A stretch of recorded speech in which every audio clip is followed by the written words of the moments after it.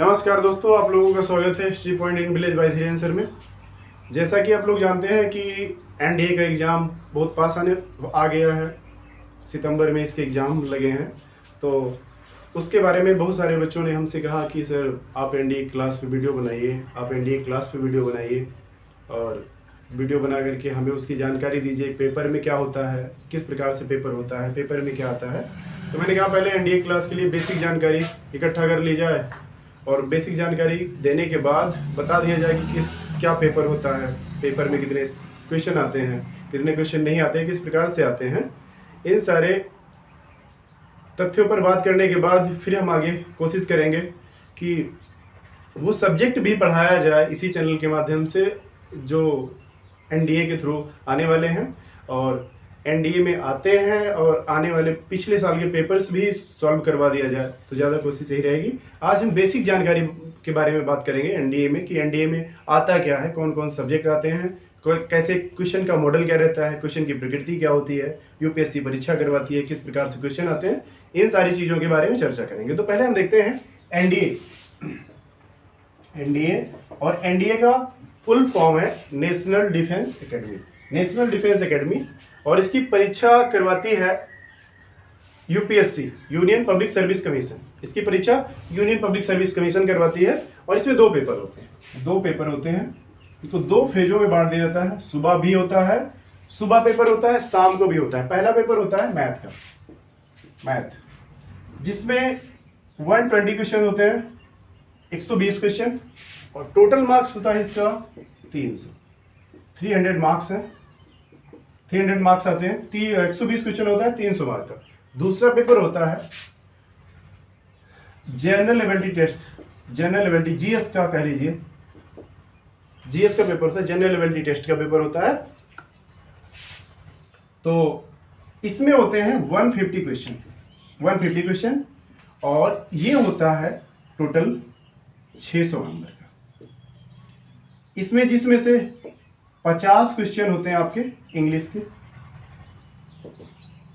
के 50 क्वेश्चन होंगे, और 100 क्वेश्चन आता है जीएस से, जिसमें हिस्ट्री, ज्योग्राफी और सारी तक जो है समसामयिकी, ये सारी चीज़ें और बहुत सारी चीज़ें आती है, जिसका कह सकते हैं कि जीएस का पार्ट होता है पूरा।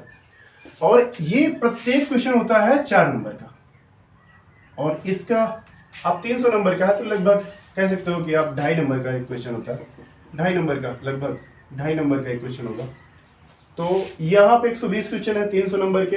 यहाँ पर दूसरा पेपर जो जीएस का पेपर है, जनरल एबिलिटी टेस्ट का पेपर है, वहाँ पर 150 क्वेश्चन है और 50 क्वेश्चन इंग्लिश के होते हैं, 50 क्वेश्चन इंग्लिश के हैं, और प्रत्येक क्वेश्चन 4 मार्क का होता है। तो इंग्लिश वाले पार्ट का नंबर हो गया 200 नंबर, और बाकी के जो 100 क्वेश्चन है वो प्लस में 400 नंबर के वो होते हैं।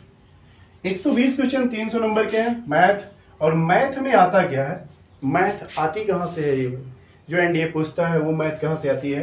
वो जो मैथ आती है, आती 11th और 12th class, 11th plus 12th class की मैथ आती है। 11th क्लास की टोटल मैथ और 12th क्लास की टोटल मैथ से पूछा जाता है।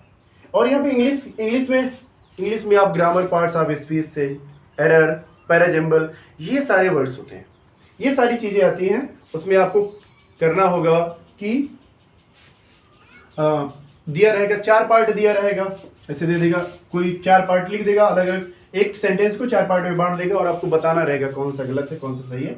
वो भी हम बाद में चर्चा करेंगे कि कैसे आते हैं क्वेश्चन, प्रकृति क्या होती है, उसको पढ़ाएंगे तो बता भी देंगे। लास्ट ईयर के पेपर जब चालू करवाएंगे तब उसके बारे में हम थोड़ा बता देंगे, और बताएंगे, करवाएंगे भी कि कैसे होता है और कैसे आप लोग मेहनत करिए, किस क्षेत्र में ज़्यादा मेहनत करनी है। मोटी थीम इसकी ये होती है कि जिसकी मैथमेटिक्स अच्छी होती है, मैथ जिसकी अच्छी होती है, उसका सिलेक्शन लगभग तय हो जाता है। क्यों, मैं बता देता हूँ। क्योंकि मैथ होता है factual subject, math fact subject होता है, और जब फैक्ट सब्जेक्ट होता है मैथ, तो ये मान के चलिए कि मैथ में आपके नंबर जो होते हैं वो अच्छे आते हैं। अगर सही हो गया तो नंबर सही है, सस्पेंशन नहीं रहता। तो आपको आ रहा है तो क्लियर आप लगाएंगे, सही प्रश्न का चुनाव करेंगे, सही उत्तर का चुनाव करेंगे, और नहीं आ रहा है तो कोई बात ही नहीं है, तुक्का लगाने का कोई मतलब है नहीं है इसमें। अगर इसमें जीएस में होता है आप तुक्का लगाएंगे, तुक्का लगा सकते हैं। और एक चीज और है कि आप तुक्का लगाएंगे तो ऐसा तो नहीं है कि सारे तुक्के ही लगा देना है। इसमें वन थर्ड माइनस मार्किंग भी है। One third minus marking, one third जो है वो निगेटिव मार्किंग भी होती है।